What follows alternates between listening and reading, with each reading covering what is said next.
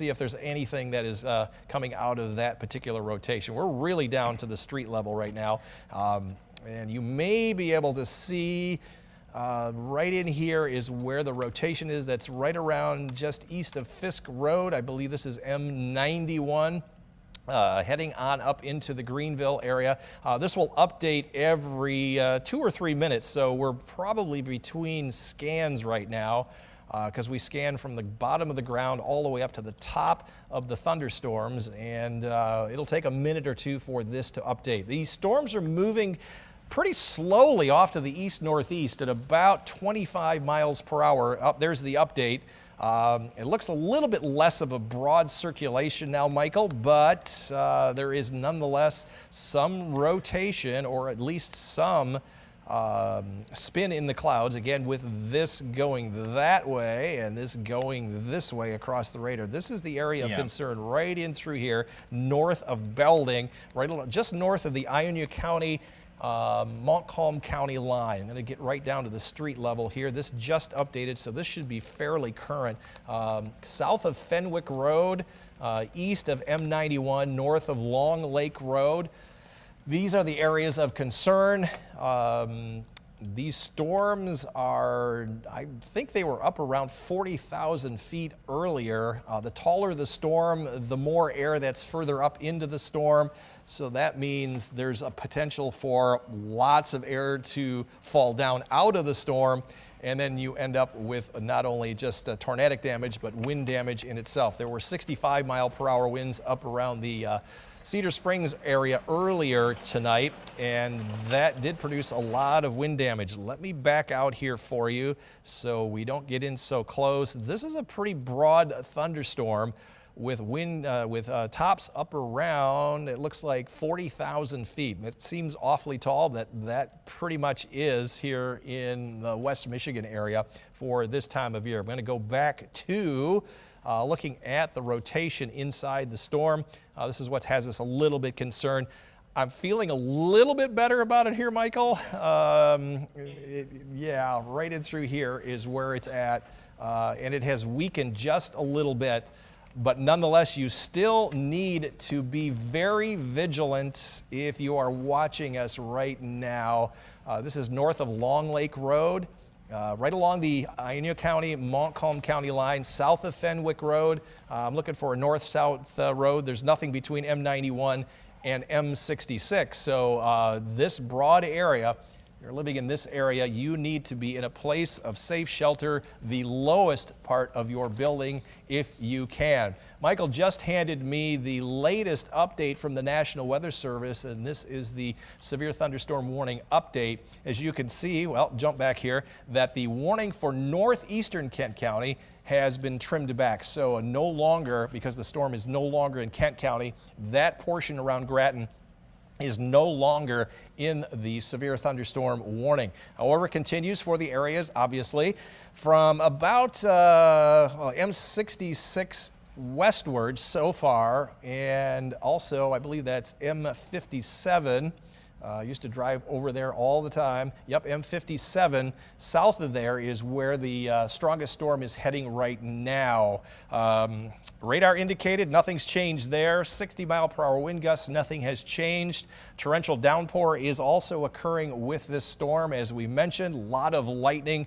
It may be transitioning from some rotation back to just an ordinary heavy supercell rain-producing type of thunderstorm, but we're going to stay on the air until we get a chance to take a look at more of the storm in detail. I noticed in the last couple of frames, Michael, if you're watching as well across the room, look at how it's just kind of collapsed a little bit. Yeah, it's really started to shrink here in the last couple of returns, which is some good news for this storm, because you can really see the collapsing of the hail core in that image there. If we want to come over to Max 2 real quick, we'll show you the latest radar imagery of what's going on with this storm as well. Again, still under a severe thunderstorm warning. They just did scale it back out of Kent County at the moment. We're going to see this particular warning continue for portions of Ionia and Montcalm till 12:45. That's when that storm will continue for at the moment. The velocity across the region has weakened some as well. Still seeing those broad scale returns. You can see it right there on the image there. If we can get me up over this particular image, we'll point some features out for you here this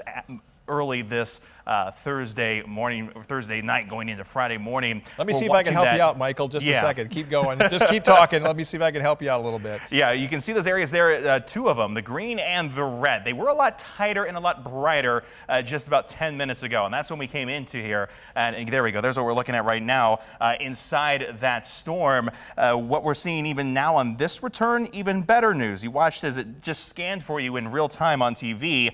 This area in here, the brighter reds, has weakened. The area of greens also not showing as much concern at the moment. We are seeing the cell as a whole collapse, which means we are losing the severe threat. We broke in here as the storm started to really ramp up about in the last half hour. In fact, we'll loop that for you, and you can just see the transition in the last about 30 minutes of data that we're looking at here. We went from that really heavy hail-producing cell over near Grattan, north of Cannonsburg, and it's really started to fall apart as it's moved toward Belding. And we've seen similar trends. We'll switch over to the velocity, take a look inside the storm, and we'll track that over time as well. And I can show you and point out the areas that we had the concern with and why we decided to come back on the air. We'll track the velocity over 30 minutes. This latest scan here, this is, to me, George, and let me know if you see something different. This is not nearly so concerning. I'll track this back through time.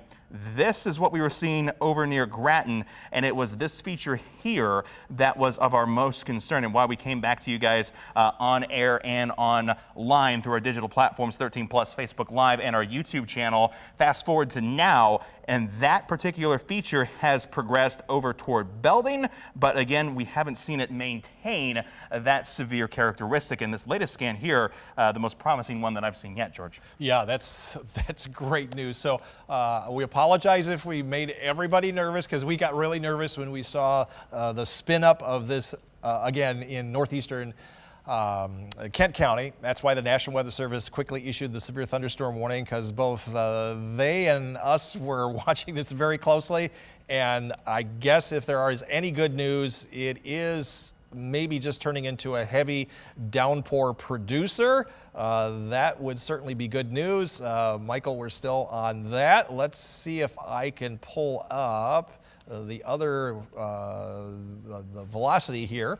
And again, it looks like the rotation has gone away. I wanted to take a look at the actual amount of rainfall rate, because we have had reports of over 8 inches of rain in just this evening in areas to the north. Here we go. Storm total precipitation so far, not really terrific right now across southern Mecosta County or Montcalm County, but there are a couple of spots I see right here that are reporting over 3 inches of rain.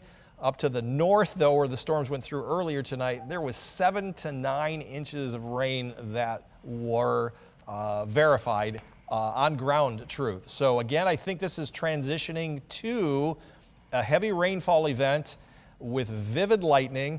So that's the other particular threat that you need to be watchful for.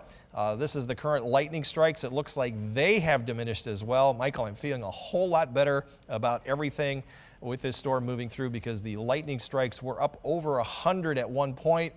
They're down to 40. So yeah, so we've seen a weakening trend with that cell as it's continued to work its way toward Montcalm County and into Ionia County, which is the good news. It's still producing some of those heavier showers, but they are weakening as well. I do want to, again, remind people that we have the flood alerts in place across West Michigan this evening, too. Let's take a quick look over at Max 2. We have flood advisories, in fact, in the exact area that this particular cell is pushing through. You can see them covering Montcalm County, into portions of Newaygo County, Kent County as well. And then you can see up in Newaygo itself, flood warning in place. That's where they had those really heavy, just continuous bands of rain on top of the same area that we saw the storm damage in earlier today, George. Talk about your experience when you went up there. You drove up into the 22-mile road, Crystal Road as well, in southeastern Newaygo County. Describe what you saw when you were up there. Yeah, up in the Newaygo County area, driving up there for one was very interesting. We had lots of the hail colored skies out there, the bright green skies on the drive up, and torrential rains once we got into portions of Newaygo County and western portions of Montcalm County on portions of US 31. Once we got up there, they had lots of tree limb damage, flooded roadways, mostly just water ponding over the sides of the roadways, because these have been prolific rain producers today, and they continue to show at least some threat for severe weather here this evening, though the good news is that threat is diminishing. There's going to be lots of cleanup tomorrow up North George. They've got to put power back into these homes, and as of this evening, there was still numbers of people in the dark. Yeah, I was going to take a look at some of those reports that you were talking about.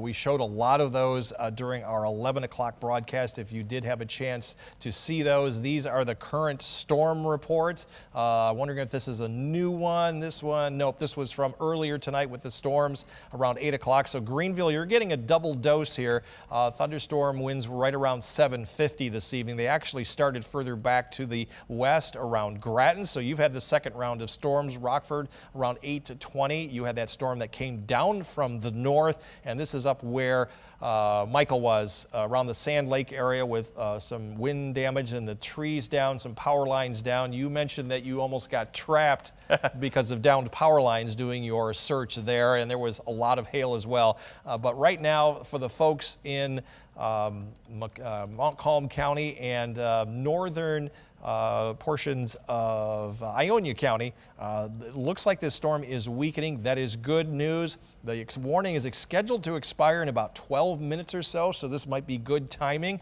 And we will make sure that we'll probably stay on the air until 12:45. What do you think, Michael? Yeah, I would say at this point, might as well just stay with it. I don't expect this warning to last that much longer with the trends that we're seeing here on those storms.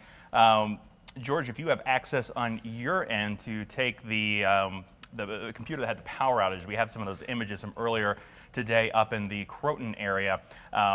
You may see just some text on here about the power outages. You can ignore those. But they're still valid. Yes.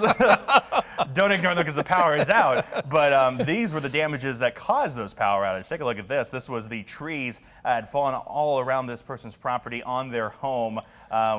They got extremely lucky. That is a massive tree limb that came down between their garage and their house, just a foot or two in any other direction. That would have caused, unfortunately, major problems. Most of the roadways up along Cypress and into portions south of Croton were seen like this, with lots of limbs down, heavy rain ponding on the roads, and you weren't going to be too far before you came across a scene like this, where power lines were down and the road in this case was completely blocked by lots of limbs that came down with the wind producing storms earlier today. So, you know, how do you send in video? How do you get video to us? How do you get pictures to us? You can do it on Facebook, like what Michael was putting on his page. Another way you can do that, just point your smartphone right now, because I know you're on that smartphone.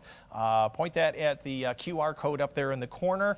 That will take you to a spot where you can fill out a form, and we will get the video and pictures to us, and that is the fastest way to do it, other than having it on Facebook. But we have to search Facebook for all of these images. If they come straight to us, we definitely can take a look at that. I'm running out of things to say, Michael, and I think people want us to get off the air anyway. Yeah. So. Before we wrap up, let's quickly look at those power outages again, and just so you can see the fact that these storms have been producing definitely some wind damage. All of this down here, this, I believe, is newly created related to that storm that we've been tracking here over the last 30 minutes or so.